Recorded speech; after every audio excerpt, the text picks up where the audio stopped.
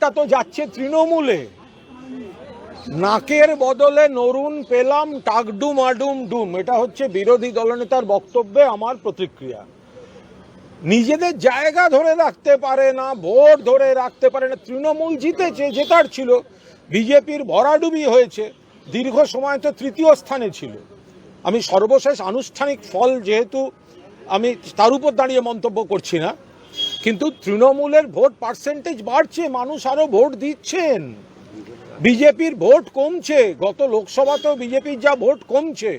বিজেপির এই নেতারা, সেটা কেন্দ্রের নেতারা বঞ্চনা করেন আর রাজ্যের নেতারা কুৎসা করেন এবং তাতে মদত দেন। এই বিজেপিকে বাংলার মানুষ প্রত্যাখ্যান করছেন এবং যেহেতু উন্নয়নের রাজনীতি, মমতা বন্দ্যোপাধ্যায়ের প্রার্থীকে দু হাত তুলে আশীর্বাদ করছেন। আর সেটা ঢাকতে যারা গতকাল অবধি বলেছে আমরা হ্যান কারেঙ্গা ত্যান কারেঙ্গা, আজকে সেই সব বিরোধীদের দেখা যাচ্ছে কুচ নেই কারেঙ্গা। ফলে ওরা শূন্য, কপালে লেখা আছে শূন্যই থাকবে।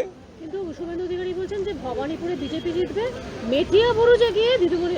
দেখুন, আপনাদের যদি মনে হয় যে কে কি বলছে তার উপর দাঁড়িয়ে আপনাদের সারাদিন ব্রেকিং চলবে, সে তো ভবিষ্যৎবাণীতেই থাকবে, আর সেগুলো মেলে না। সব 21 সালে জিতবো, আবকি বার 200 পার, হেরে গেল। পঞ্চায়েতে আমরা এতগুলো জেলা পরিষদ জিতবো, একটাও জিতলো না, সবকটা জিতেছে তৃণমূল কংগ্রেস। লোকসভায় আসন বাড়বে, বিজেপির কমে গেছে, তৃণমূল বেড়েছে।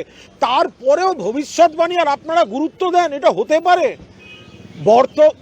অতীত অন্য দলে থাকা, বর্তমানে পরাজয়, সেই জন্য একমাত্র ভবিষ্যৎবাণী দিয়ে কিছু কর্মীকে বিভ্রান্ত করে রাখা। যারা দেখতে পাচ্ছেন হারছে, মানুষ প্রত্যাখ্যান করছে বিজেপিকে, তো তাদের ভবিষ্যৎবাণীর কি মূল্য আছে? আর বাংলার রাজনীতির প্রতীক এখন তুলসী গাছ, শুভেন্দু অধিকারী সব জায়গায় তুলসী গাছ দিচ্ছেন। দেখুন, তুলসী গাছ চিরদিনের পবিত্র।